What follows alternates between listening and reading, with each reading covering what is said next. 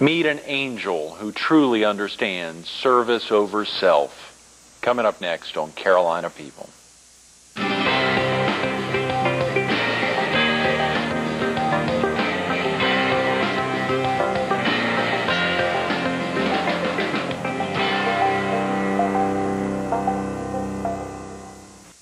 Good morning.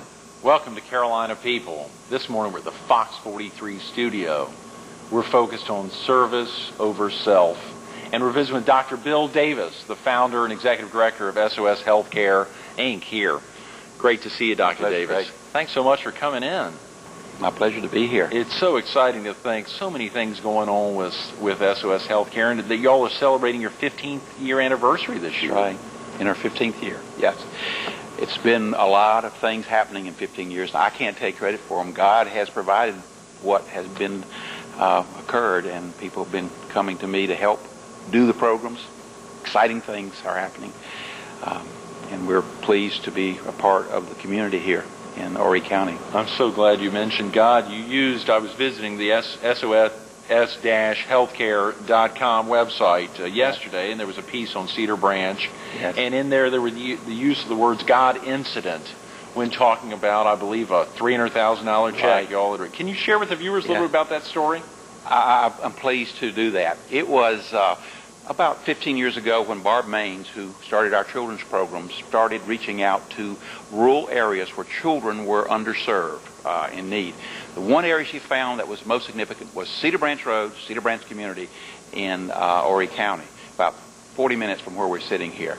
This area had children who were in deepest need, maybe 300 of them, that had no resources and access to libraries or computers or after-school programs or a safe place to play, or even parents to come home to because their parents were working and gone.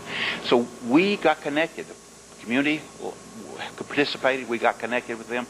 And after being there for a number of years, realized going in and bringing them food and clothing and school supplies and repairing their homes, which we were doing, wasn't enough. We weren't making enough difference. We were making them really more dependent. Somebody's going to come and fix it. So we decided a center in the area would be good from our work with the community. The community wanted a center there. And so one day, after about 11 years of SOS, we looked at all the people who had funded us previously and said, we're going to commit everything for 2 years to the Cedar Branch Children's Center concept. The day we got this together, we had someone to help us determine the cost, and we were overwhelmed by the fact that it was going to cost us $300,000 for the building and the grounds. The land was given to us by a church there, Cedar Branch Missionary Baptist Church. They cleared the land, got it ready. The day that we sent out 12 applications to foundations to provide for this, I got a call from the Anchor Bank president's secretary. And he said, would you come in as soon as you can? I said, a couple of days. I was sitting with him at a table. No one knew but 5 people in the world that we were going to build a center that cost $300,000 in Cedar Branch, and had committed ourselves to it just 2 days before. He slid across the table a check without much fanfare for $300,000 exactly. I wept because I was overwhelmed by the fact that this had to be a God incident, had nothing to do with me. And his vice president said, why? And I explained to him. They had thought that as they merged with Carolina First, they wanted to leave a presence in the community, make a donation back, a gift back. And that's what it became. In 4 or 5 months, we had the center, and we had grants coming in for after-school programs and for other things. And the miracle started. And they had planned that check amount a good while before. It was written 6 months previously. Oh, come on. The date was 6 months previously. I said, why did you wait till now? He said, well, just that day just seemed like the day we got around to it. 6 months previously, they've been holding the check for this amount. And it happened to be. And it happened the day that we committed ourselves to do the work, and for the exact amount and cost. That's amazing. Yes, it is amazing. I mean, it still gives me cold chills to think about it. But it was a God incident. So I said, well, God's in this. We better get at it. Yeah. It was sort of like God says, Bill, I had the check ready 6 months ago. Where have you been? Yeah. You know? So it was a fantastic start to the Children's Center. 3 years ago now. Wow. We've had it built. And we built it, and they will come from a movie, built it, and they will come. People came and did their programs there that we didn't even have to pay for. But also we have attracted grants from Duke Endowment. We've attracted grants from many places to help us deal with.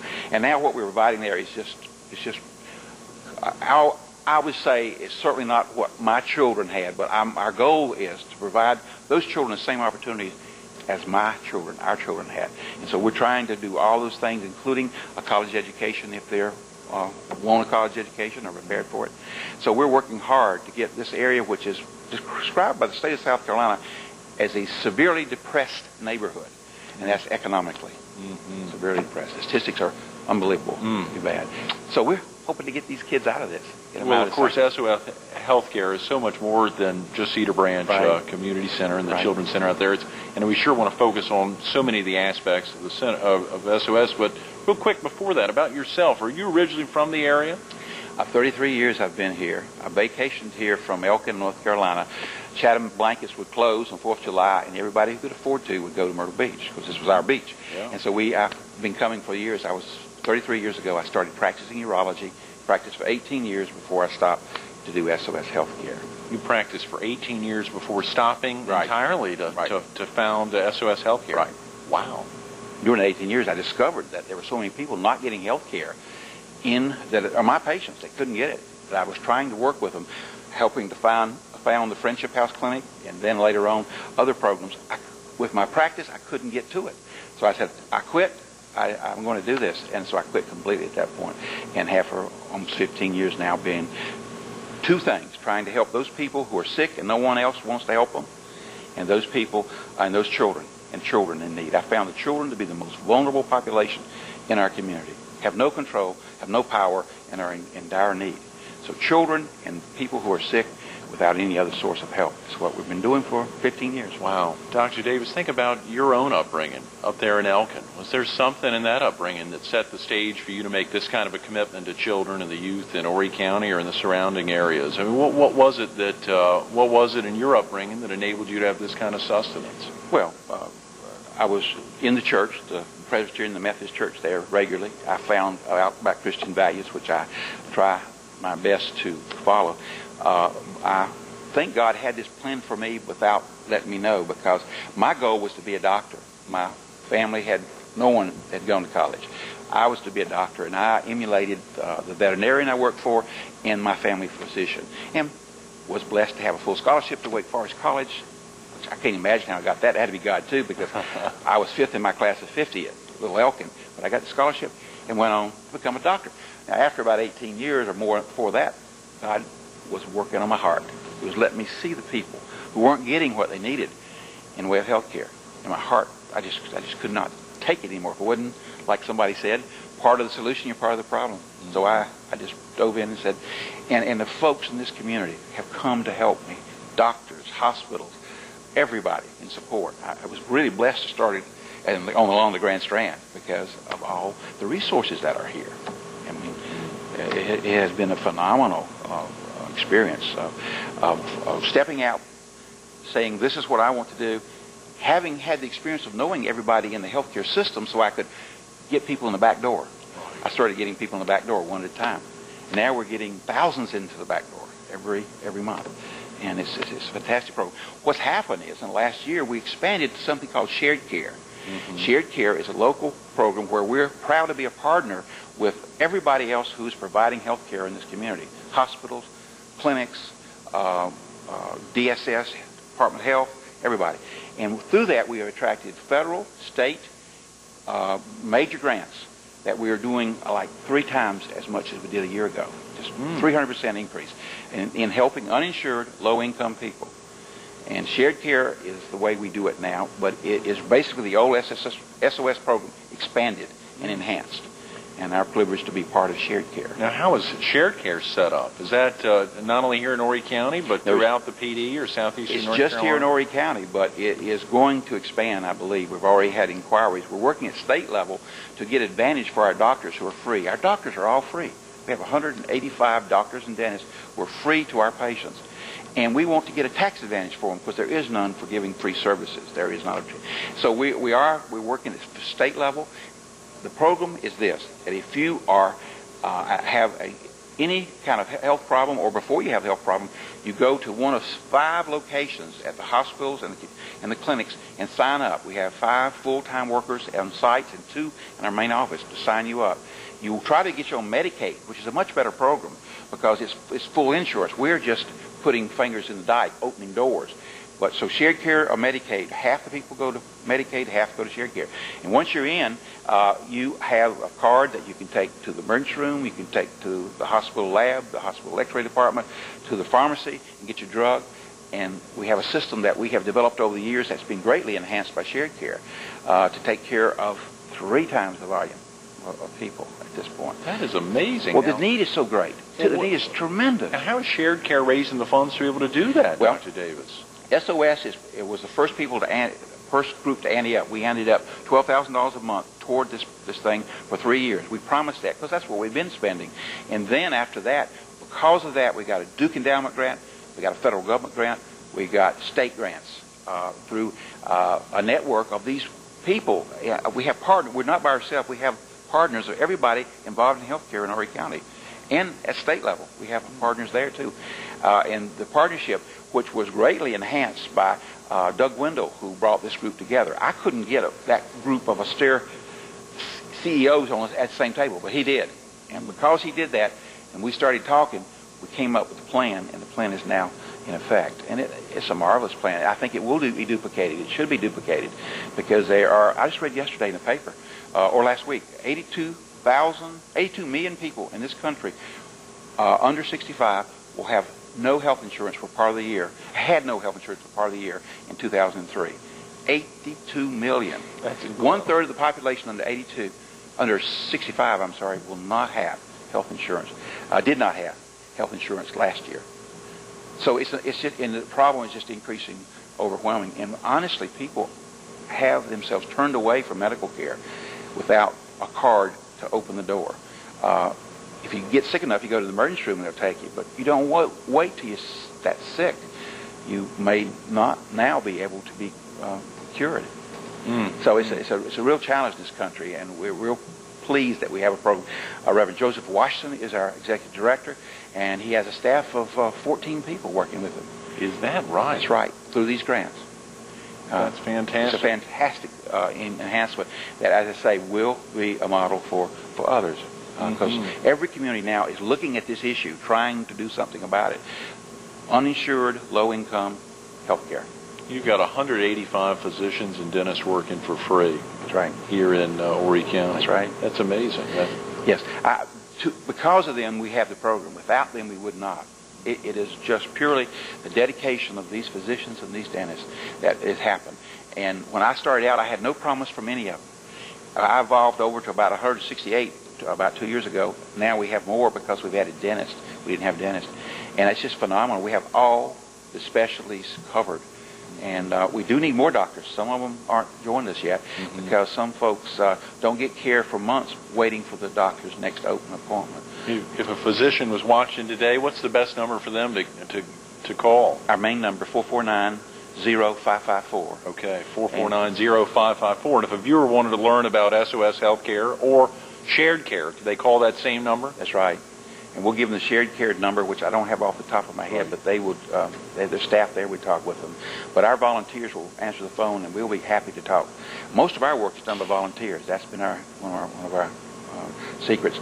This year we were giving the award by the Secretary of State, Mike Hammond, as an angel in the state of South Carolina because of the most effective use of funds. And that's because our volunteers are doing so much of the work. 185 free doctors and dentists. That's the kind of thing that makes a dollar go a long way. I saw that, Dr. Davis. It was amazing to think of over 5,000 not-for-profits registered in South Carolina. To think that SOS Healthcare was one of the top 11. That's right. And actually taking funds to the bottom, or taking funds to get out to the needs of the most needy. Right. Or most effective use. It's amazing how it's happened. As I say, I cannot understand it, but good people, we're working where God's working, and somehow it's come out as well. And if God continues to bless what we're doing, we'll continue to be serving here. Otherwise not, because it is not my doing. I have, as I say, God had this plan for me, and I wasn't blindsided by it, but I did not recognize it as I was going through medical school and training, and my first 15 years that I was destined to do something like this, but I can tell you what, I am the most blessed person you know because of the relationships I've had. And it's not blessed in the way most doctors get blessed, and that's financially, but it's blessed in other ways. And your immediate family's wrapped around and has gotten active as well, Dr. Davis. Right. We adopted at the same time I quit my practice to do this a hard-to-place foster child who is in our home, and we're homeschooling her now. Rose is a wonderful blessing to us. My wife has supported me in every way. I was in the home for 4 years in a back bedroom that I rehabbed, and when people started coming in at 7:30 and 8 o'clock in the morning to visit me, she said, "I think you need to find another office." And we got really busy after that. One day we had 48 calls. I took all the calls for 4 or 5 years, did everything. I was chief cook and bottle washer, and I enjoyed that. I guess I have a little entrepreneurism in me, and I like to get in and start things. But 15 years later, I'm still hanging on. Well, that great phrase, we hear it all the time, but I don't think folks break it down all the time. If you're not part of the solution, you're part of the problem. That's right. And that's a vital thing. Stress that and the importance of that again. I mean, what should a viewer be thinking when they hear that? Well, I think so often we as human beings blame somebody, often the victim, for the problem, rather than accepting responsibility for it. I started seeing that when a patient, I wrote a nice prescription for something that would help them, ordered an x-ray or lab and didn't get it done, you could say, well, that's not my problem. The hospital should have given it free. The pharmacy should have helped. The system was not going to do it. So it became my problem. So I've got to figure out how to do this effectively. So it wore on me year after year, for years, that I was not part of the solution, because I could just write the prescription and order this test and wash my hands of the whole thing. But I couldn't. My heart felt like I had to make another system that fills in the gaps. And now I certainly feel like I'm part of the solution. I'm not the solution. Our program's not the solution, but we're part of it. We're a little part of it. And I don't have to go out there and save the world or change the world, but I've got my task here, and I feel satisfied with them, because one of the scary things is you feel like you're responsible for everything. Well, God's responsible for everything. I just took on a little part, and happy that people came and joined me. Absolutely. Yeah. Dr. Davis, let's talk about the founding of SOS 15 years ago and some of the programs that you all have set up over the last 15 years, either that are continuing very actively or ones that need more support. What are some things that viewers could possibly help with? Share with them what's happened over the last 15 years. Well, it seemed that for a few years that there wasn't ever enough money for anything. And after a point, there seemed to be that there was funding coming, like I mentioned, $300,000, by surprise, by no action on my part. And I think God was doing that. The programs that we have had to drop or limit in the last few years concern me greatly, because one of the main programs is the Seniors Helping Seniors program. This program, until the state cuts, was being funded primarily through Council on Aging, because these seniors went in to the senior centers and they visited with the people and they got connections, and they actually counseled one-on-one people undergoing loss of health, loss of spouse, loss of money, loss of identity, whatever it was. And these people were judged by psychologists not to be needing psychiatrists and medicine, but a friend. So we started putting friends with people. This program continues as a volunteer program now for 2 years. When that funding stopped, the grants that we had got initially stopped, and the funding has not been there for it. So the volunteers are still counseling one-on-one. They have grief programs regularly every week, and other programs going on.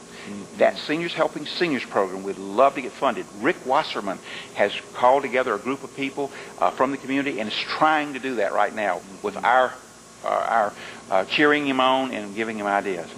The other program is the Hispanic Outreach Program, which we had a hotline for about 3 years that was in Spanish. If you had a need, people knew to call us, because we didn't turn them in if they were not legal, and we helped them. And so we have lost our funding, and we've lost our bilingual person for that program. And so that is a great need for those people who are in our county as residents, working hard, most of them good family people, God-fearing people, honest people, who are are falling through the cracks because they can't get health care. They cannot get anything but go to school. Go to school where the language is English, and they've never spoken it. Big challenge. We'd like to help them learn English faster. So those two programs are great programs that we're not doing now. A homework for kids. Homework means home repairs for kids program has over $100,000 for materials and for repairs, with all the repairs done by volunteers. We've had on average 9 youth groups coming for a week from out of this area and stay here and work on our homes, much like Habitat does. We work very closely with Habitat. And these 9 youth groups have taken the money and have repaired the homes. We have put 41 bathrooms in. We had 41 children's homes with no running water or bathrooms. We put that in. And now, since we have little funding or no funding for it, we've asked the groups that come to bring their money to pay for the materials. The last group we got brought $1,700. Group before that, $2,500 toward the materials. Paid their way and come and brought, one group brought 105 people. We have, in this last 3 months, had 8,000 hours of volunteer effort. 8,000 hours in 3 months to build a building. Build it at almost third off the normal cost because all the labor is volunteer. Volunteers are coming and doing that program, in spite of the fact there's no funding. They're bringing the money to do it. It's a very attractive place to come with youth, the Grand Strand. So we've got that going. We found a place for them to stay inexpensively. My church, King of Glory Lutheran Church, which provides a lot of stuff for us, but they provide a place for them to stay $5 a day. And you can't beat that here. And they come and work. And it's amazing to see in 3 days a building go from a slab to a roof on and closed in by volunteers. Yeah. And we watched people from Chancellor Construction, who help us a great deal, give us discounts, stood back in amazement and watched this happen because they're professionals, they're good people. But they said, this is amazing, you see. And that's all done here in the county. That's all done in the different county. parts of the county? Or 9 groups come for a week at least and do this, and more come to Habitat, and other places too are doing to help upgrade homes or help. This summer, 4 groups are coming to give Vacation Bible School at the Cedar Branch Children's Center a whole week. They prepare it, they pay for the cost, and they provide that for the kids. An opportunity for spiritual enrichment, which we very heavily believe in at the center, and all our work is that we kids need to find hope, and the only hope I know is in God, in a relationship with God in this world.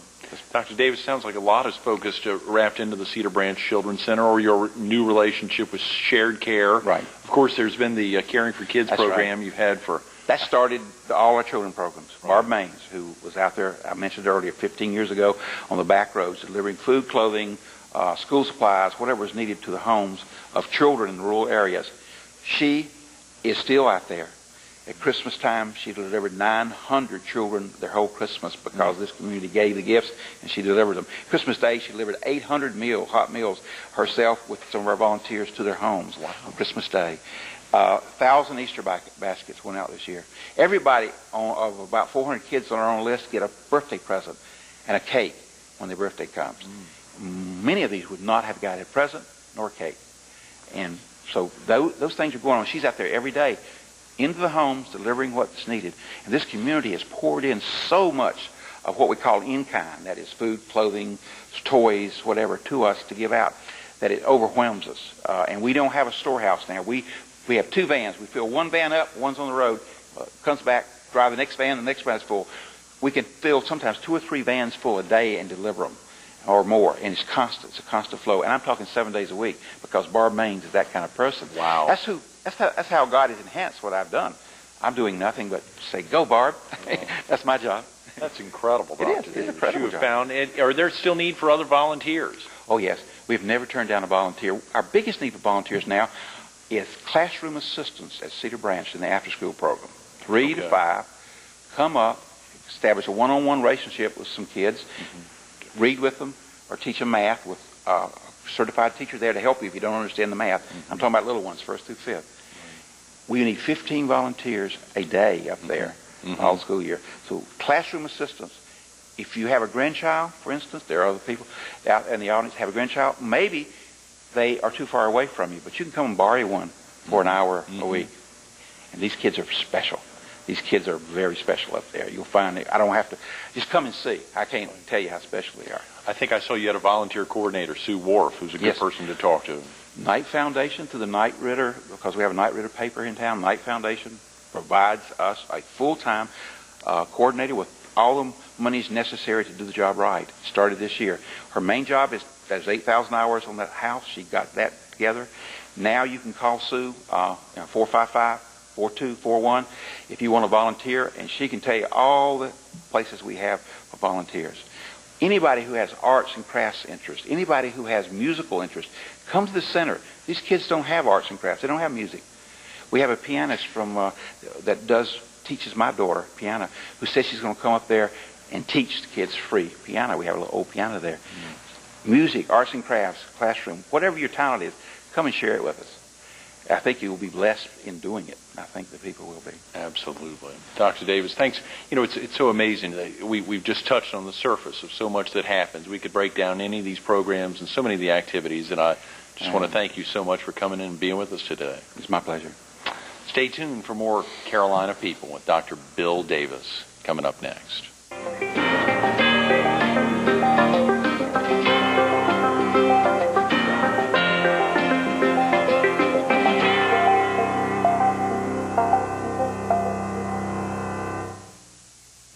There are three words: service over self. If you think you could provide a scholarship, the number's 4490554. If you think you can make a donation, the number's 4490554. If you think you can give up some time and volunteer to help train children, the number's 4490554. A United Way agency, service over self healthcare, serving 15 years here in the community.